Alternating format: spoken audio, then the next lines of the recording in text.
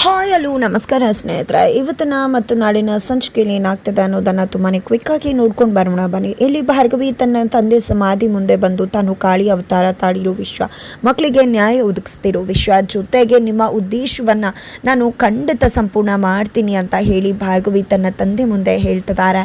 ನೀವು ನಿಮ್ಮನ್ನು ಮುಗಿಸ್ತಿದ್ದಾಗೆ ಎಲ್ಲವೂ ಮುಗ್ದೋಯ್ತು ಅಂತ ಅಂದ್ಕೊಂಡಿದ್ದಾರೆ, ಆದರೆ ಅವ್ರಿಗೆ ಗೊತ್ತಿಲ್ಲ ನಾನಿದ್ದೀನಿ, ಅವ್ರಿಗೆ ಬುದ್ಧಿ ಕಲಿಸ್ತೀನಿ ಅಂತ. ಖಂಡಿತ ನಿಮ್ಮ ಉದ್ದೇಶ ಗುರಿ ಅರ್ಧಕ್ಕೆ ನಿಲ್ಲೋದಕ್ಕೆ ನಾನು ಬಿಡುವುದಿಲ್ಲ, ಸಂಪೂರ್ಣ ಮಾಡ್ತೀನಿ ಅಪ್ಪ.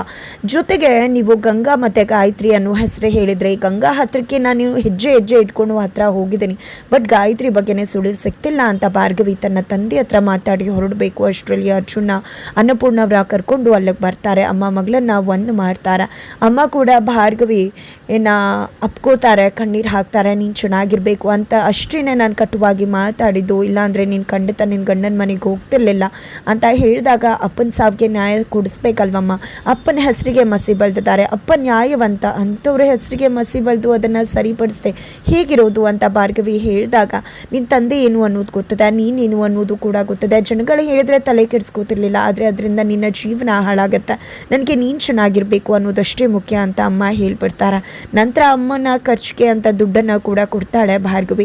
ಎತ್ತ ಕಡೆ ಚರಣ್ಗೆ, ನೀನು ಜೆ ಪಿ ಮಾವ ಹಾಗೆ ನಿರ್ಮಲಾ ಪಾಟೀಲ್ ಅವರ ದತ್ತು ಮಗ ಅಲ್ಲ, ನೀನು ನಿಜವಾಗ್ಲೂ ಜೆ ಪಿ ಪಾಟೀಲ್ ಮಾವನ ಮಗನೇ, ಮೊದಲನೇ ಹೆಂಡತಿ ಮಗ ಅಂದಾಗ ಅದನ್ನು ನಂಬೋಕೆ ರೆಡಿ ಇಲ್ಲ ಚರಣ್. ಅವ್ರು ನನ್ನನ್ನು ಸಾಕಿದವ್ರು ಪ್ರೀತಿ ಕೊಡ್ತಿದ್ದಾರಲ್ವ, ಎಷ್ಟು ಚಂದ ನೋಡ್ಕೊತಿದ್ದಾರಲ್ವ, ಅದೇ ನನಗೆ ಖುಷಿ ಅಂತ ಚರಣ್ ಹೇಳಿದಾಗ, ನನ್ನ ಮಾತು ನಂಬ್ತಿಲ್ಲ ಅಲ್ವಾ, ನೀನು ನಮ್ಮನ್ನು ನಿನ್ನ ಕಣ್ಮುಂದೆ ಕರ್ಕೊಂಡು ಬಂದು ನಿಲ್ಲಿಸ್ತೀನಿ ಅಂತ ಬೃಂದ ಹೇಳ್ತಾರೆ.